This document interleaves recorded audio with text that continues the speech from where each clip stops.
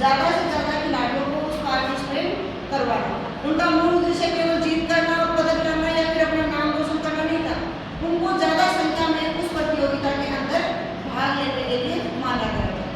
फिर आ जाते हैं कि जो हम ओलंपिक करवा रहे हैं इनका मुख्य उद्देश्य क्या है, कि भाई क्यों करवा रहे हैं इनका आयोजन। जैसे हम कोई भी यहाँ पे स्कूल खोल रहे हैं तो उसका उद्देश्य क्या है, हम बच्चों को शिक्षित करना चाह रहे हैं, इसलिए हमने विद्यालय खोले हैं।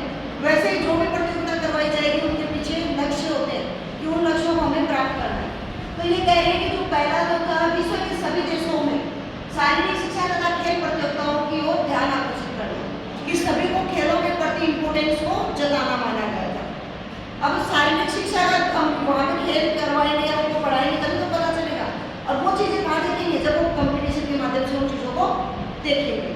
दूसरा है युवाओं के अंदर, यानी जो खिलाड़ी हैं उनके अंदर चरित्र, नागरिकता और स्वास्थ्य से संबंधित जो व्यक्तित्व के गुण होते हैं उनको भी उनके अंदर विकसित करना होता है। तीसरा है खिलाड़ियों में अच्छी आदतों का उपचार, मतलब जो खिलाड़ी होते हैं खेल के अंदर अच्छी अच्छी चीज़ें सीखते हैं। कोई बाई चांस एक दो केस ऐसे आ जाते हैं जो नहीं होने चाहिए, फिर भी कोशिश करते हैं कि जैसे नेतृत्व का गुण वो हम प्रतियोगिता के माध्यम से ही सीखते हैं, लीडरशिप जिसको बोलते हैं। पूरी टीम होती है 20 की 18 की जो भी, उसमें एक व्यक्ति पूरा अपना वो रखता है कि कौन सा खिलाड़ी क्या खेलता है, कैसे खेलता है, कहाँ उसको पोजीशन अच्छी है, ये सब उसके लीडरशिप के अंतर्गत आएगा।